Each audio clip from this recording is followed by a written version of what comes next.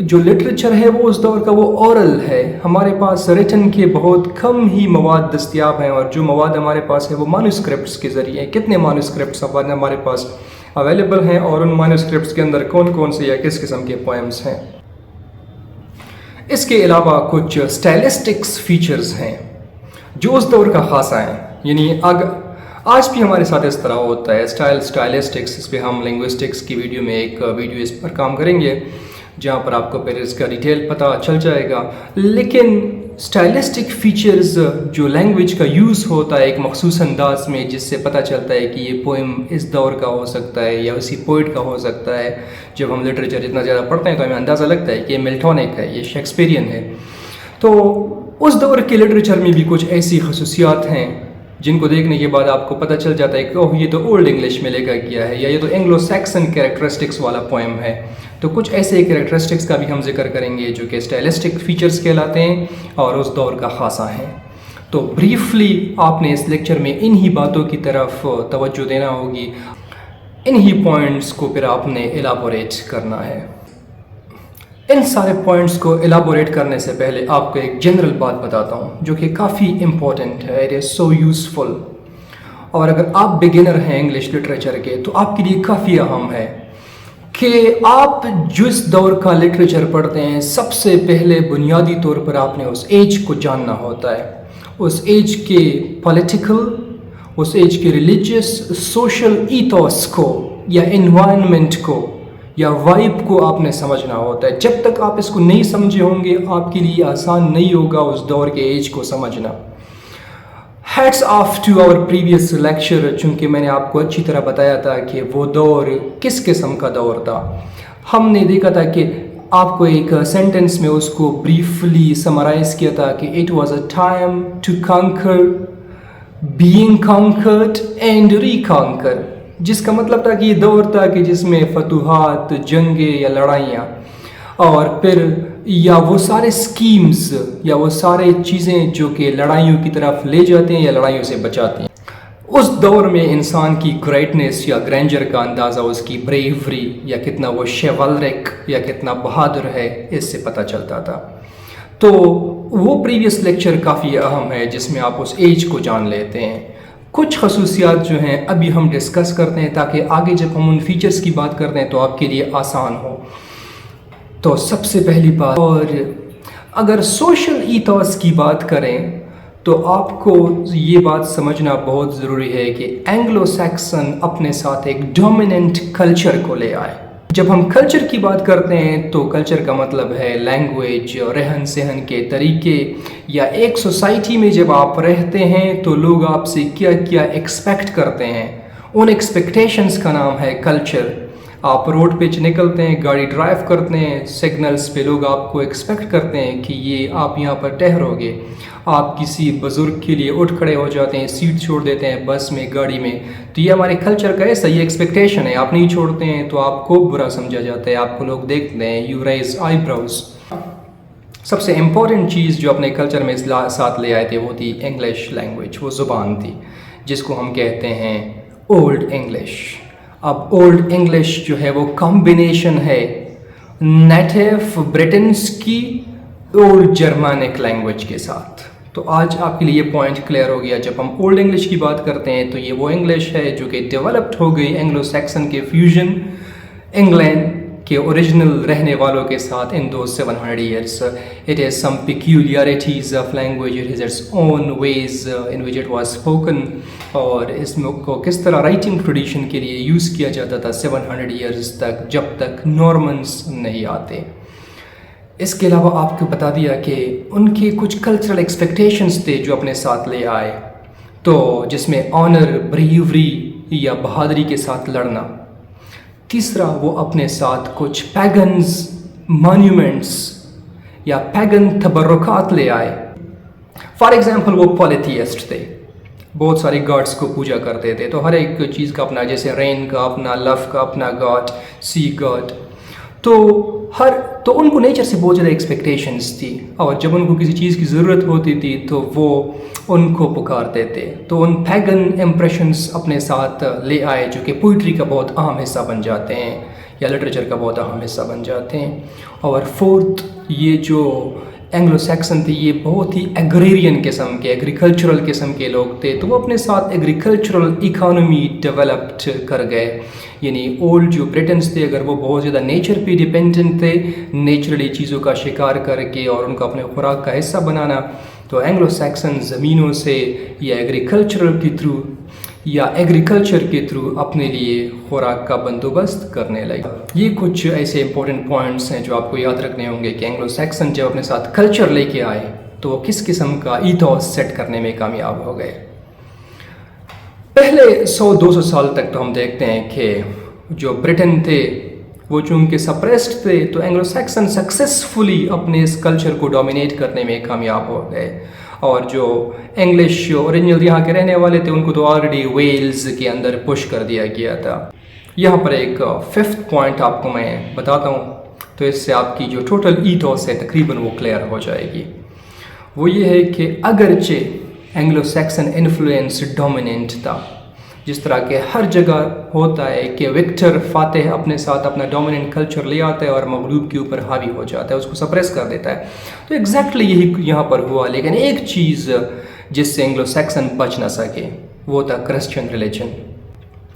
یہ وہ انفلوئنس تھا جو 200 ایئرس کے اندر جو اینگلو سیکسن پیگنس تھے اس کے اندر سرایت کر گیا.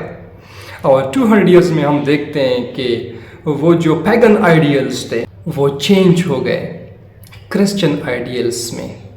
تو اگر آپ اس پوائنٹ کو سمجھ گئے نا تو سمجھو کہ آپ کا اینگلو سیکسن لٹریچر جو ہے وہ آپ کو پوری طرح سمجھ آ گیا کہ کس طرح ہم دیکھتے ہیں کہ ہیروئک ڈیڈز یا لیجنڈس کی سٹوریز جو کہ اصل میں پیگن نیچر کے تھے، اور اب یہاں پر 200 ایئرس لیٹر اراؤنڈ 650-700 سینچری تو ہم دیکھتے ہیں کہ پھر وہ جو ہیروئک ڈیڈز تھے وہ ایک قسم کے شراؤڈڈ ہو گئے، وہ ایک قسم کے انکیپسولیٹڈ ہو گئے کس چیز کے اندر؟ کرسچن آئیڈیلز کے اندر. اب اگر لیجنڈری سٹوری ہے، ہیروئک سٹوری ہے، تو اس ہیروئک سٹوری کو ببلیکل کانٹیکسٹ میں، ریلیجیس کانٹیکسٹ میں، اور the hero is fighting for God. تو یہ ایک اہم چینج جو تھا یہ آپ کے پاس آ گیا. اس پوائنٹ تک ہم اینگلو سیکسن سوسائٹی کو تقریباً اب ہم سمجھ چکے ہیں، اور ہم پولیٹیکلی بھی ہم یہاں پر سمجھ چکے، اکانومی کو بھی سمجھ چکے ہیں، ایگریرین اور اس کی سوسائٹی کو، اس کے لینگویج کو، اور جو ان کے کلچرل ایکسپیکٹیشنس ہیں ہم ان کو سمجھ چکے ہیں. اب جب ہم لٹریچر کی بات کریں گے تو آپ دیکھیں گے کہ آپ کے لیے کتنا آسان ہوتا ہے. ڈیٹیل میں ڈسکس کرتے ہیں اس دور کے لٹریچر کو اور ان میں جو خصوصیات ہیں بکس کے حوالوں کے ساتھ. تو سب سے پہلے خصوصیت جس کے بارے میں آپ کو کہا تھا کہ ہم ڈسکس کریں گے وہ ہے ہیروئک ڈیڈس کو. ہیروئک ڈیڈس کو آپ انہی تناظر میں دیکھ سکتے ہیں. سب سے پہلی جو ہیروئک ڈیڈز یا لیجنڈری فگرز کے انسیڈنسز ہیں ان میں ایک امپورٹنٹ ٹائپ جو ہے وہ تھا generosity of the royal king اور the bigness of the heart of the braves. تو اس دور کے جو بہادر یا اس دور کے جو بادشاہ ہوا کرتے تھے، طاقتور لوگ، ان کی جنراسٹی جس کو ہم کہتے ہیں رائل جنراسٹی وہ کافی اہم تھی.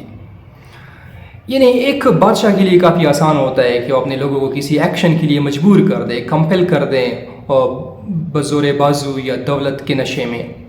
لیکن اس دور کے بادشاہ کے لیے یہ بات زیادہ اہم تھی کہ اس کا ایک سافٹ انفلوئنس ہو جو کہ کائنڈر ہو، سمپتھیٹک ہو.